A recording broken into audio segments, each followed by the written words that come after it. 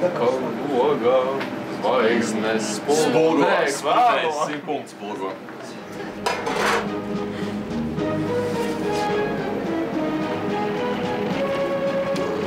Purva brīdējs. Noteikti mūzika ir jāpapildina filma. Un man liekas, ka ir ļoti liela nozīme, kāda ir mūzika.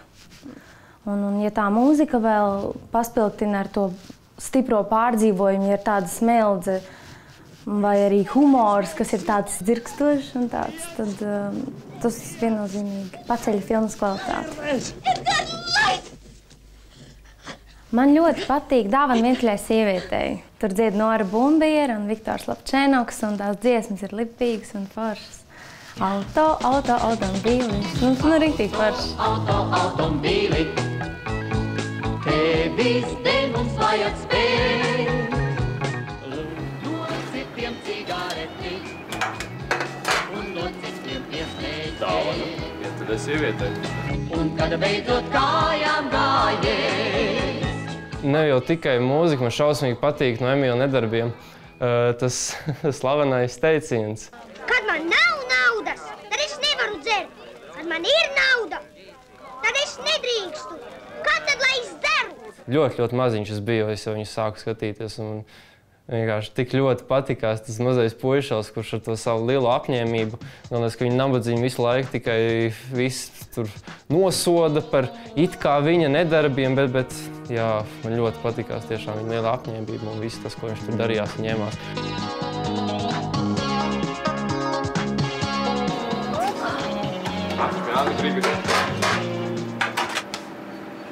Aveņu vīns.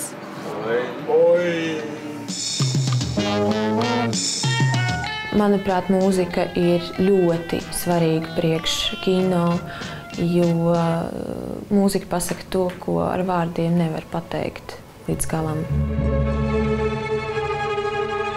Visizcilākā filmas mūzika ir filmā Pūtvējiņi, Imanta Kalniņa mūzika. Viņa tiešām ir izcila, kā tas viss ir uzrakstīts. Pat no pirmās sekundes skatoties filmu, tad, kad vēl nekā nav, principā neviens aktieris nav parādīts, jau mūzika paņem tevi savā varā.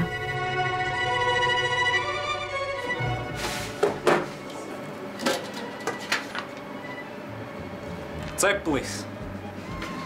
Es biju varens. Un būsi. Un būšu. Pavisam noteikti ilgs ceļš kāpās. Tas ir labākais mūzikas cēliņš, manuprāt. Es tev ļoti mīlu. Kad iepazīst to sižeta līniju, gan personāžus, tas mīles stāsts, kas iziet visam cauri, tas kaut kādu pavisam citu noskaņu piedod. Tu būs laikam tu pārspēlējies. Mans draugs nenopietns cilvēks. Aizgludar, diviem gludiem pelēkais. Šur tur, it nekur ar zaks un bez zaksa. Man mīļākā latviešu filma ir Agrā rūsa. Man piesaista sižets.